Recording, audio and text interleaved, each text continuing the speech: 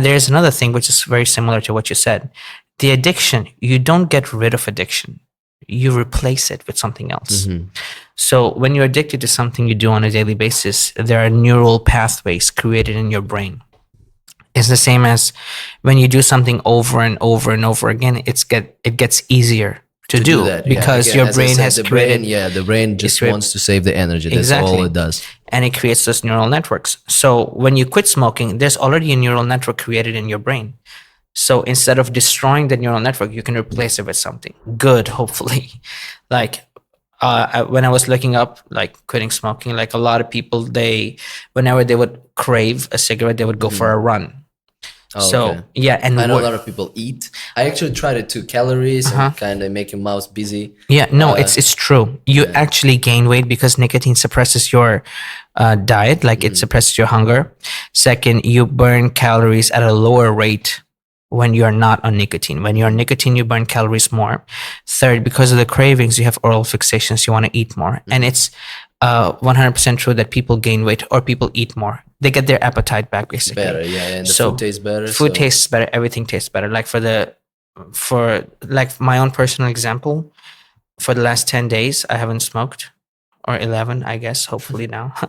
I've eaten more than I usually eat at home. I eat like 1 meal a day, 2 meals a day, but now I'm eating all the time.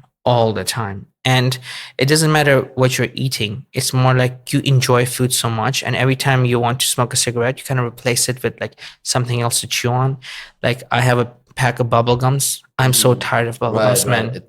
Oh, I'm so tired. Like I got blisters in my mouth. But when I chew them, it does alleviate a bit of that feeling.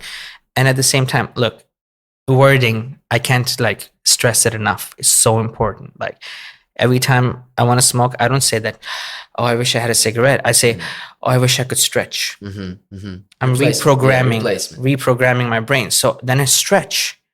And actually that part is satisfied. So my brain gets what it wanted, kind of. You basically have to... after the work is finished. And actually, I have to say that I think there is nothing more satisfying after you've done some work. Exactly. After you actually put an effort into something, it's finished. Yeah. Yes. Exactly. Finally. That's the best pleasure. Yeah. Like also, you have to not be afraid of this thing. Like quitting cigarettes. Quitting smoking? Yeah, quitting smoking. A lot of people think that it's gonna be so tough. It's gonna take a lot of time.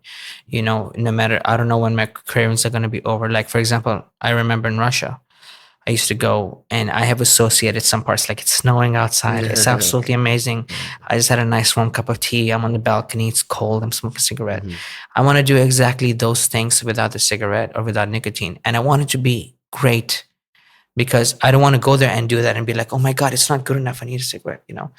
So the time will come when you won't feel that way. Right. And your life can exist without a cigarette. Exactly. And you can do it. It's like, you know, when people say, talk to yourself, you need to tell yourself this, tell yourself that, conscious this, conscious that. You don't really understand what the consciousness is until or unless you start doing something your brain doesn't want you to do. Give up an addiction, smoking addiction, tea addiction, workout addiction, porn addiction, whatever sort of addiction you're doing. You'll actually realize that there's a subconscious. There's another person inside of you that, which is making you do those things. And actually you can control.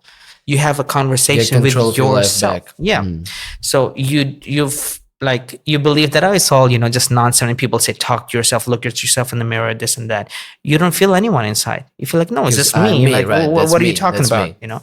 But when you are getting over addictions, you feel like, okay, there's another subconsciousness who wants to do something I am deciding not to do. So it becomes an argument, a struggle, which you just have to come on top of. And you'll realize that, oh, okay, you know, I'm in control. So it's like the Matrix thing. It's really interesting. It's like, wow.